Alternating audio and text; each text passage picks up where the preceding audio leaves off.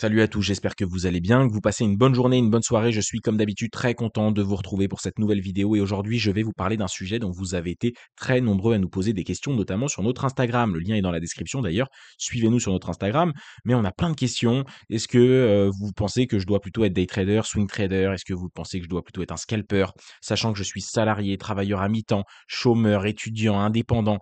Bref, à chaque fois on a plein de personnes qui nous demandent de créer leur routine de trading.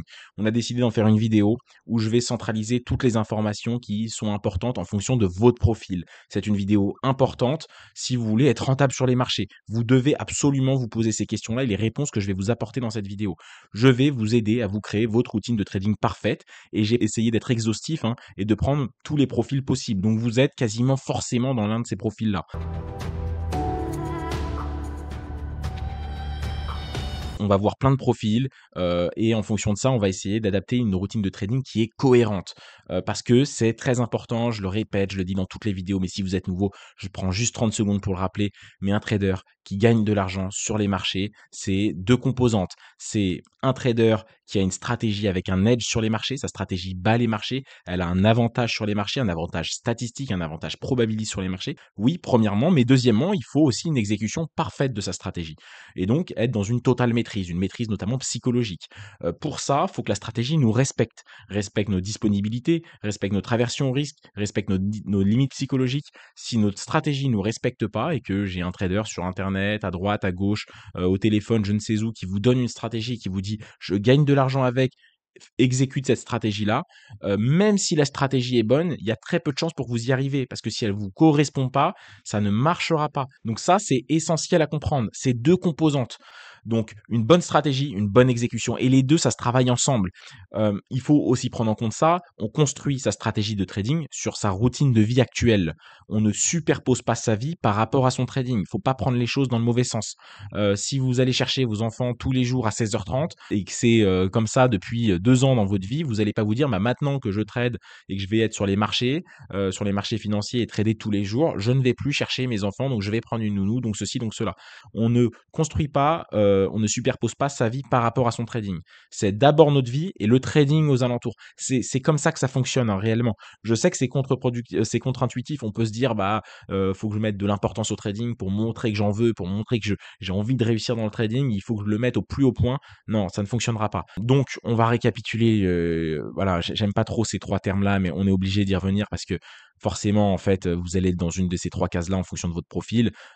Grosso modo, dans la théorie, il se voudrait qu'il y ait trois profils. Le profil de scalper qui prend plusieurs positions par jour et qui va avoir des positions qui vont durer à très court terme, quelques minutes en général. Le day trader qui va plus prendre des mouvements sur la journée, il va prendre une position, voire deux positions par jour, voire pas de position sur certains jours.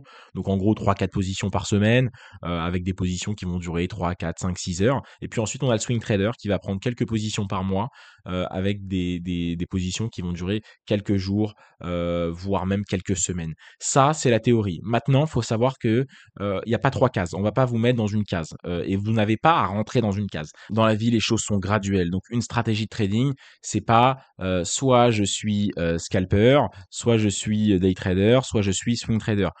Tout va dépendre en fait. Ça là, c'est des conséquences. Si je suis scalper, bah forcément, je suis sur du court terme, donc mes positions, bah je vais en prendre plusieurs et forcément, bah elles vont pas durer très longtemps. C'est tout est une découlante. Ça tout découle en fait.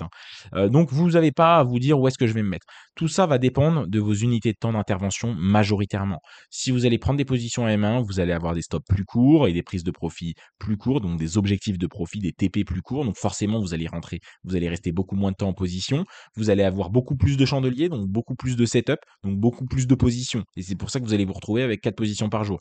Là où un swing trader en H1, bah forcément, il va avoir beaucoup moins de positions. Maintenant, ça dépend où vous vous placez. Vous pouvez vous placer à peu près où vous voulez, entre le M1 et le H4 pour des prises de position.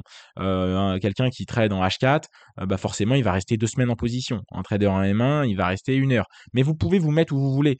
Ne restez même pas sur les unités de temps conventionnelles. Mettez-vous où vous voulez. Ça, c'est les unités de temps conventionnelles, M1, M5, M15. Mais vous pouvez faire ce que vous voulez. Si vous voulez trader en H6 alors que personne trade en H6, hein, sur TradingView, vous faites ça, heure, 6 heures et vous ajoutez, hein, vous en fichez, vous faites ce que vous voulez.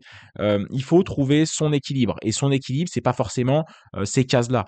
Si je prends mes positions en H1, est-ce que je suis plutôt un day trader, un swing trader? On n'en sait même pas. Tout le monde se comprend même pas forcément sur ces données-là. Donc le premier truc de cette vidéo, c'est de vous dire tous vos préjugés, vos prérequis là que vous avez appris, scalper, day trader, swing trader, c'est très bien pour apprendre à se comprendre quand on se connaît pas trop sur YouTube, mais en fait, on s'en fiche. Moi-même, je sais pas si vraiment où est-ce que je me situe.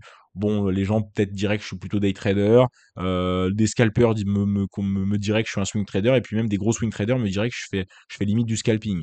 Donc en fait, en fonction du point de vue, tout change, hein. Donc c'est comme ça dans la vie de toute façon. Prenez en compte que les choses sont graduelles, et vous allez vous placer où vous voulez. Ce qui va énormément influencer, c'est votre unité de temps la plus basse. Dans une stratégie, il y a plusieurs unités de temps. Mais l'unité de temps la plus basse, c'est l'unité de temps de prise de position. Et c'est celle-là qui va influencer. Si vous prenez vos positions en M5, bah, généralement, vous allez avoir une durée de détention de position, alors en fonction de ce que vous allez viser, mais de 2, 3, 4 heures en moyenne. Si vous êtes en M15, bah, ça va être un petit peu différent. Vous allez commencer à faire de l'overnight, alors qu'en dessous du M5, généralement, on n'en fait pas trop d'overnight. M15, on peut faire de l'overnight, c'est encore limite. Après, si on va en M30 H1, là, ça y est, on est en overnight, hein, parce que nos SL, nos TP commencent à être un peu plus loin, donc tout le mouvement se fait pas dans la journée. Donc là, déjà, on a une barrière, hein, on a une première barrière de l'overnight. Au-dessus du M30, généralement, on va être amené à garder ses positions la nuit. En tout cas, unité temps de prise de position, je dis bien. Si vous définissez vos zones en M30 et que vous prenez vos positions en M1, ça n'a rien à voir. En dessous du M10, j'ai envie de dire, généralement, il n'y a pas d'overnight. En dessous du M15, allez, le M15, c'est vraiment la barrière, c'est la frontière. C'est vraiment là que se situe la frontière. Overnight, pas d'overnight, overnight. Donc vous voyez, après vous allez vous placer où vous voulez, en H1, en H2, en H3, en M45, en M30, en M15, voilà, c'est où vous voulez. Sachez juste que plus vous allez sur des unités de temps faibles, plus ça va vous demander d'être sur l'ordi, plus vous allez avoir de position, plus aussi vous allez avoir peut-être de frais de courtage, de spread, de rollover, de swap. Mais ça, on va le voir dans la vidéo. On va essayer de vous construire ça avec votre profil. D'ailleurs, je vous ai cramé, vous n'avez pas liké la vidéo. Laissez un like sur la vidéo. Tous ceux qui ont un compte YouTube, là, c'est gratuit, c'est comme un pourboire. Laissez le petit like, ça fait toujours plaisir. Ok, donc maintenant, une stratégie, c'est quoi? Une stratégie, si je grossis les traits, c'est des éléments techniques, mais ça va pas trop varier. Les éléments techniques, bah, imagine, vous tradez les order blocks. Un swing trader peut trader les order blocks. Un scalper peut trader les order blocks. Vous tradez les points pivots. Un scalper peut trader des points pivots. Un swing trader peut trader des points pivots. Ce ne sera pas forcément les mêmes, mais il tradera les points pivots. Vous tradez les W, les bottoms, les tops, ce que vous voulez, les prises de liquidité. Globalement, ensuite, tout se fait à l'unité de temps. Donc ça, j'ai envie de dire, les éléments techniques, ok, très bien. Ça va pas trop influencer sur notre routine de trading. Ça va influencer sur notre approche. Est-ce que j'ai une approche SMC? Est-ce que j'ai une approche Ishimoku? Est-ce que j'ai une approche ceci, cela? Mais globalement, ensuite, sur la routine de trading, ça va pas trop varier. Ensuite, une stratégie de trading, c'est des actifs. Est-ce que je trade un actif, deux actifs, trois actifs, quatre actifs, cinq actifs, 10 actifs? Quelle classe d'actifs? Est-ce que c'est plutôt les indices, le forex, les matières premières? Donc là, évidemment, c'est le deuxième élément de notre stratégie de trading. Le troisième élément, c'est les unités de temps. En général, on va trader 2, 3, 4 unités de temps, avec une unité de temps référence où on va prendre nos positions, qui est généralement l'unité de temps avec le plus de précision, la plus basse. Et puis ensuite, des horaires, des plages horaires. Quand est-ce qu'on va trader? Est-ce qu'on va trader le matin, le midi, le soir? Est-ce qu'on va trader une session? Et en fait, ce qu'il faut comprendre, c'est quand on crée une routine de trading qui correspond à notre vie, on va jouer sur ces 3 facteurs. C'est les 3 facteurs, qui sont forcément liés ensemble. Les actifs, les unités de temps et les horaires. Et on va essayer de micmaquer un petit peu, de trouver l'engrenage parfait pour avoir une routine de trading qui nous correspond et qui est personnalisée. Parce que une routine de trading, elle doit être personnalisée, elle doit correspondre à notre vie parce qu'on n'a pas tous la même vie. On a tous une vie différente d'ailleurs. Les éléments techniques, ça, on peut tous être d'accord là-dessus. Si vous aimez notre chaîne, on a fait plein de contenus techniques. Ça, bah voilà, on peut trader les fair value gap, les order blocks, les breaker blocks, peu importe. Un day trader, un scalper, un swing trader peuvent avoir la même approche technique. Ça, ensuite, c'est l'engrenage. C'est ce qu'on fait tourner dans un sens, dans l'autre, pour faire en sorte que ça nous correspond. C'est comme quand on règle le siège d'une voiture. Quand on loue une voiture, on le règle pile à notre hauteur parce qu'on fait pas tous la même taille. C'est exactement la même chose. Donc là, on va essayer de jouer là-dessus pour créer notre stratégie de trading parfaite. Et donc, pour créer notre routine de trading parfaite, c'est partir avec la bonne intention parce que vous partez là déjà avec la mauvaise intention. La mauvaise intention, c'est me dire, bah Théo, écoute, moi dans ma routine de trading idéale, j'aimerais avoir 7 à 8 positions par semaine. À chaque fois, vous me dites ça, comme si c'était une liste au Père Noël. J'aimerais avoir des trades qui vont durer en moyenne 30 minutes. Mais ça, en fait, ce que vous me demandez, ce sont des conséquences de votre stratégie de trading. C'est des conséquences des choix de vos actifs, de vos unités de temps, de vos horaires qui vont faire que vous avez telle ou telle position par semaine en moyenne, avec des positions qui vont durer tant ou tant de temps. Mais vous ne devez pas réfléchir à ça. Vous devez réfléchir à vos choix d'actifs, à vos choix d'unités de temps et à vos plages horaires où vous allez soit planifier, soit exécuter vos positions. Le reste, ça sera une conséquence. Il faut plutôt partir avec cette mentalité-là. Quelles sont mes disponibilités? Et on va voir qu'il y a 2 types de temps, à disposition et quelle est l'énergie que je vais allouer au trading à long terme? Je dis à long terme parce qu'au début quand on commence, vous me dites tous: «Bah, moi je peux trader de 8 heures à 17 heures. Je suis motivé, j'ai envie de tout casser». Le trading, c'est un vrai métier qu'on fait sur des mois et des années, donc il faut quelque chose dans lequel on se soit bien. Vouloir tout défoncer le premier mois et être KO le deuxième mois, c'est ce que la plupart des gens ont fait. On en a vu plein qui sont passés sur la chaîne YouTube, qui ont jamais gagné un rond avec le trading parce qu'ils ont voulu aller trop vite. Donc l'énergie que je vais allouer au trading à long terme avec tout ce que ça comporte. Le trading, ça demande de la concentration, ça demande une résistance psychologique qui s'entraîne avec le temps, ça demande tout ça, ça demande d'être patient et évidemment le jeu en vaut la chandelle parce que après quand vous allez vous capitaliser, vous allez faire des très belles années financières. Mais avant tout ça, il faut partir avec les bonnes volontés. La bonne volonté, c'est se poser ces questions-là sincèrement. Pour ça, la première question qu'on va se poser, c'est le temps disponible, le temps à votre disposition. Faut savoir qu'il y a 2 types de temps disponibles. Il y a le temps où vous êtes entièrement disponible, entièrement consacré au trading. Ça, c'est du temps sur PC. C'est le moment où on fait ses analyses, où on va observer son billet, ses scénarios, où on peut aussi prendre des positions. C'est un temps où on est concentré uniquement sur les graphiques. Et puis ensuite, il y a le temps où on est partiellement disponible. Ça peut être sur PC ou même sur téléphone.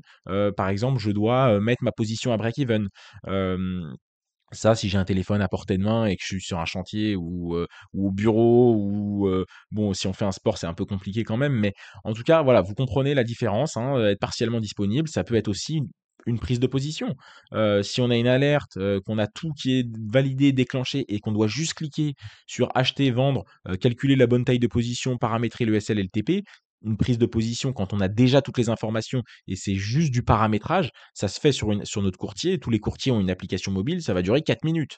Mais évidemment, il faut que la préparation soit faite en amont. En fonction de ce temps-là, bah, va falloir aussi savoir lequel est dispo quand. Est-ce que le moment où je suis entièrement disponible, c'est le matin, une demi-heure le matin, ou est-ce que c'est même 3 heures le matin? Est-ce que c'est le midi, de midi à 14 heures? Est-ce que c'est l'après-midi? Est-ce que c'est le soir? Est-ce que c'est la nuit? Bref, voilà. Donc on peut ranger ces cases-là, s'amuser à ranger ces cases-là, ou se dire que tout est ici parce qu'on est un chômeur. Attention, pas dans le sens je dénigre pas, il n'y a pas d'humour. Parce qu'on est au chômage et qu'on a beaucoup de temps devant soi, ou qu'on est dans une période off de sa vie, ou parce qu'on peut, je sais pas, on peut rentrer ça dans une case ou dans une autre, quoi. Ok, donc maintenant qu'on a vu ça, on va pouvoir passer aux différents cas, temps plein, temps partiel, chômeur, indé étudiant, on va passer à tout ça pour vous créer votre routine de trading parfaite. Mais juste avant ça, 2 secondes, je vous le dis, si vous êtes toujours pas rentable dans votre trading, sérieux, je sais pas ce que vous attendez, réservez un appel, c'est gratuit. Vous allez discuter avec moi et je vais essayer de vous trouver des solutions. Tout le monde a le droit de prendre cet appel-là et je vais t'aider gratuitement. Je le dis, on ne mord pas. Il y a pas de voilà, je ne suis pas dangereux, je suis un être humain avec qui vous pouvez discuter trading, vous l'avez vu. On a fait, des centaines de vidéos, sur les marchés. On commence à être quand même un peu calé sur le sujet, donc voilà, n'hésitez pas à réserver un appel, c'est gratuit, et ce sera un plaisir de discuter avec vous. Et surtout si vous êtes pas rentable dans le trading, c'est que vous avez des problématiques et moi les problématiques, je vais rapidement, voir ce que c'est et vous trouver des solutions. Donc venez prendre un appel, réservez-le, hein. Le lien de notre calendrier pour réserver des appels, il est dans la description ou en commentaire épinglé. Donc voilà. Maintenant, on va passer aux différents cas. Les différents cas, déjà, premièrement, c'est simple. En trading, tout se passe entre 8 heures et 17 heures. Quasiment tout se passe entre 8 heures et 17 heures, 8 heures et 18 heures. Allez, si c'est pas 8 heures, ça peut être 7 heures. Mais la nuit, il se passe pas grand-chose, hein. Et pareil le soir, 21 heures, 22 heures, 23 heures. C'est vraiment, à moins que vous voulez être un spécialiste pour trader le Nikkei, l'indice japonais, et j'en ai pas croisé beaucoup dans ma carrière. Croyez-moi que tout se passe entre 8 heures, allez, 7-8 heures et 17 et 18 heures, hein. Et si je suis large, allez, je vous enlève 1 heure parce que c'est vrai qu'il y a certaines stratégies, on peut prendre des belles positions avant l'ouverture européenne et aller 18 heures. Mais voilà, en dehors de ces horaires-là, on a quand même de 18 heures à 7 heures du matin, il se passe quand même plus grand-chose. Et donc, dans tous les cas, faut vous dire que une majorité de vos prises de position se trouveront dans cette plage horaire-là. Mais on va trouver des solutions, même les gens qui travaillent de nuit, j'ai trouvé des solutions à tout le monde, hein. Donc on a toujours réussi à trouver des solutions. Ceux qui travaillent à temps partiel, donc déjà ça c'est le premier cas. C'est un cas qui est plutôt évident, travailler à temps partiel. Donc si vous travaillez le matin, évidemment, ce qui va de soi, de façon assez logique, c'est de trader l'après-midi, de trader de 14 heures à 17 heures, de vous laisser le temps de manger et ensuite de trader la session new-yorkaise. Donc évidemment, dans le choix des actifs, là on le comprend, les indices américains, ça match. L'euro-dollar, le GBP dollar, ça peut matcher. Le DAX, ça peut matcher, mais c'est quand même moins intéressant. Donc l'indice allemand, c'est bien de trader les indices à leur ouverture ou durant leur première phase de la journée.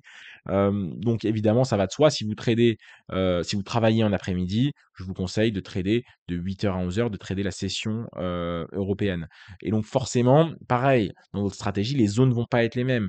Vous n'allez pas avoir une stratégie pour trader l'Asian Range ou donc l'Asian Low et la prise de l'Asian si vous tradez de 14 heures à 17 heures. Donc ça, c'est quand même un cas assez simple, temps partiel. Bah, vous avez une moitié de journée qui est dégagée théoriquement. Il y a quand même des pièges. Les pièges, c'est d'essayer de vouloir faire du trading d'opportunité. Si vous avez un travail et que vous avez la chance d'être à mi-temps, même si vous pouvez sortir votre téléphone de 8 heures à midi, interdisez-vous de prendre des positions et concentrez-vous sur un trading de session. Moi, je vous invite fortement à explorer le trading de session et à vous spécialiser soit sur la session new-yorkaise, soit sur la session londonienne, qui sera l'opposé finalement de la session dans laquelle vous travaillez. Donc si vous tradez le matin, vous tradez New York. Si vous travaillez l'après-midi, vous tradez Londres. Essayez pas de trader les deux. Voilà, ça sert à rien. Parce que généralement, on peut se dire, bah, je vais essayer de trader les deux, une où je serai entièrement sur le PC et l'autre où je serai plutôt sur le téléphone parce que je travaillerai. Franchement, c'est une mauvaise idée. Concentrez-vous sur l'une des sessions, ça suffit pour faire de l'argent. Peut-être que vous n'aurez pas des positions à toutes les sessions, mais si vous avez 3-4 positions ou même 2-3 positions par semaine, ça vous suffit pour faire une carrière de trader rentable. Si la stratégie est bonne et que la stratégie de capitalisation est bonne, vous serez rentable sur le long terme et vous allez faire de l'oseille et ça va très bien se passer. Donc forcément, si on fait du trading de session, on va sur des UT faibles, des unités de temps faibles parce que prendre des positions en faisant du trading de session, bah, il faut exploiter le mouvement de la session. Et donc forcément, là, on se situerait plutôt dans le premier pas, hein, dans le premier pas de cette gradualité-là, hein. On peut taper, aller jusqu'au M3 comme je vous l'ai écrit, voire du M5, mais bon, voilà, hein, ça va jouer sur ces unités de temps-là et pas au-dessus. Et quoique même le M5, ça met du temps à se mettre en place, voilà, c'est le haut du panier, mais on pourra pas faire plus. Forcément, si vous faites du trading de session, 2-3 actifs et encore moi je penserais plus pour 2 pour 3.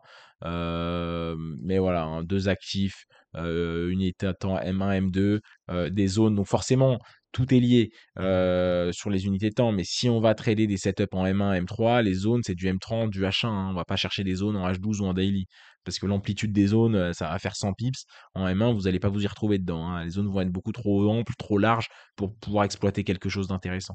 Donc voilà, les pièges, c'est d'essayer de vouloir trader la journée entière. Pas de graphique le reste de la journée.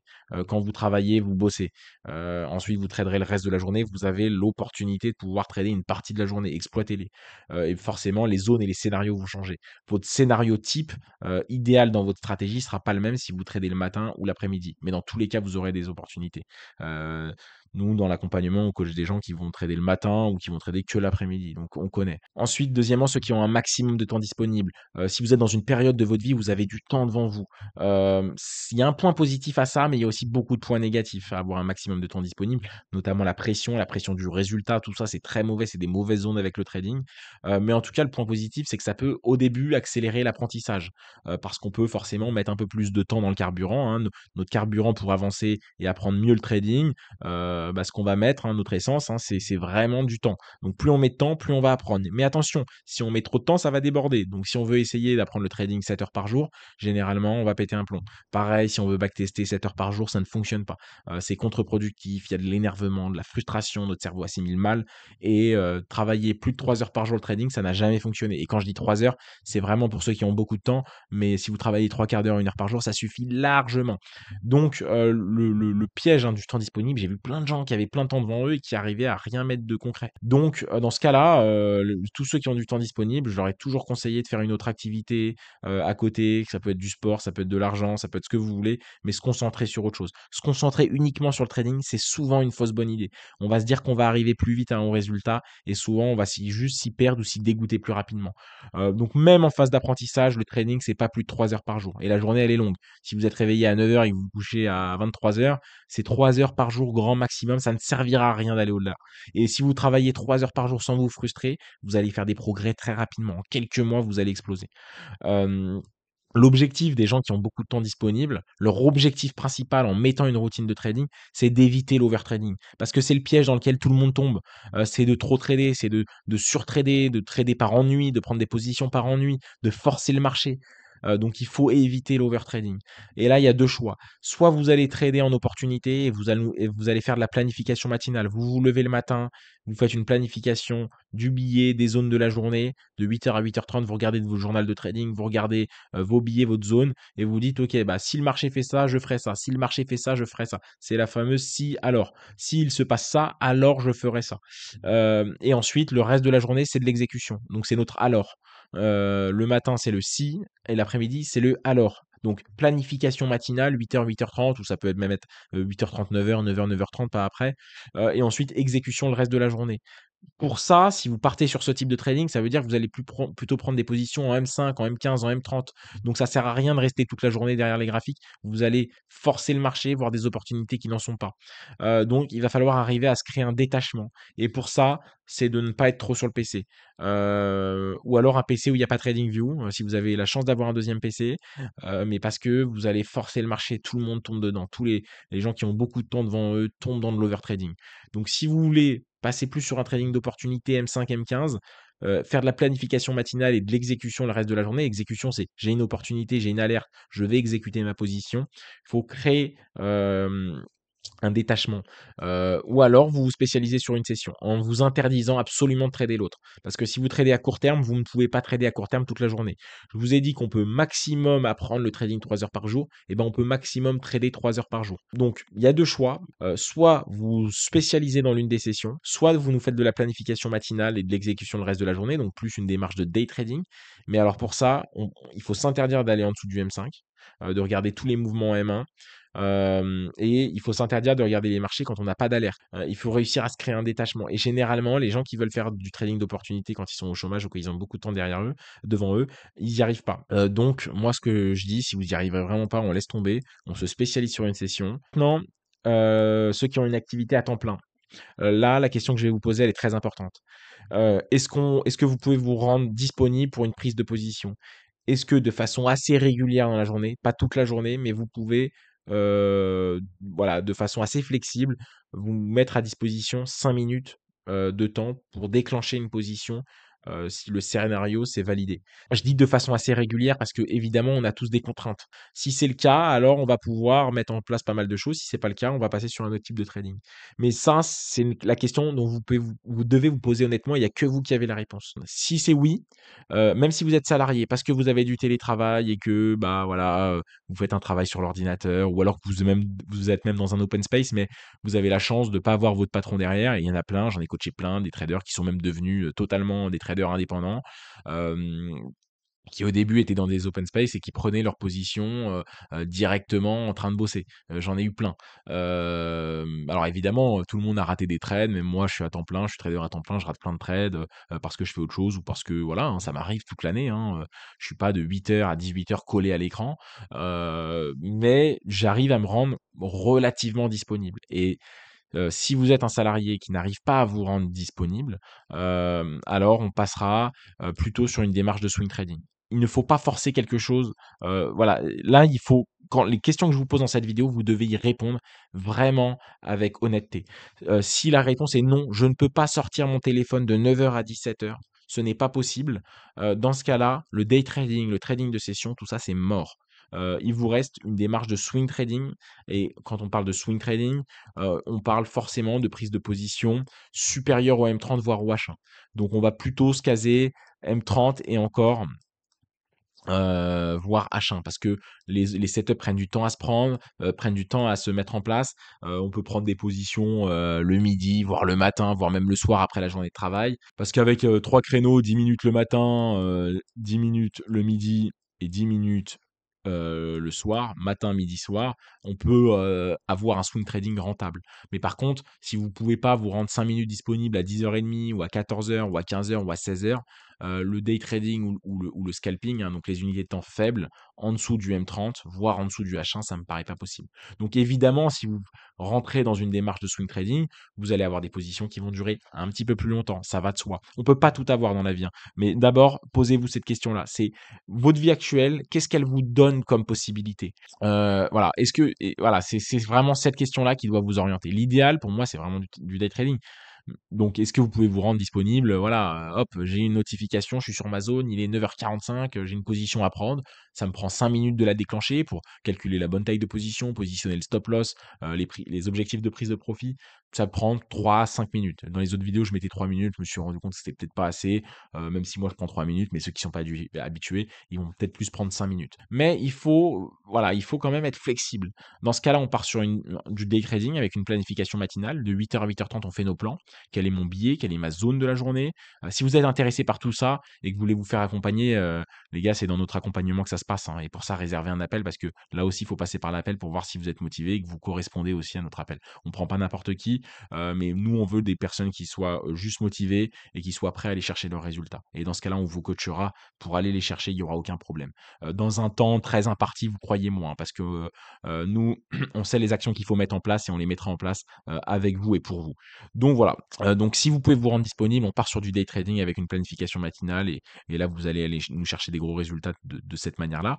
Ou alors, vous me dites: «Non, je peux pas du tout sortir mon téléphone de 9h à 17h», on partira sur du swing trading, c'est pas grave. Dans tous les cas, ce qu'il faut savoir et ce qu'il faut conclure, c'est que premièrement, vous devez vous poser la question, en fait, pour la plupart des personnes, à part ceux qui n'ont pas le droit de regarder leur téléphone de 9h à 17h et il y en a, il y a des gens qui ne peuvent pas, pour X ou Y raison.